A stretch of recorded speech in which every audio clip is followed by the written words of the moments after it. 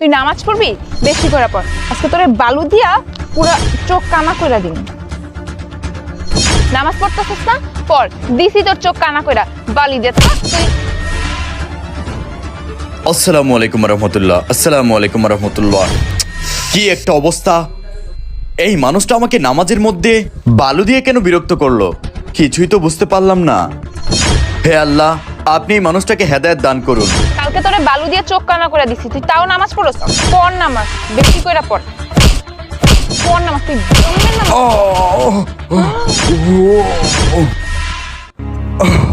এই মানুষটার কি ক্ষতি আমি করেছি?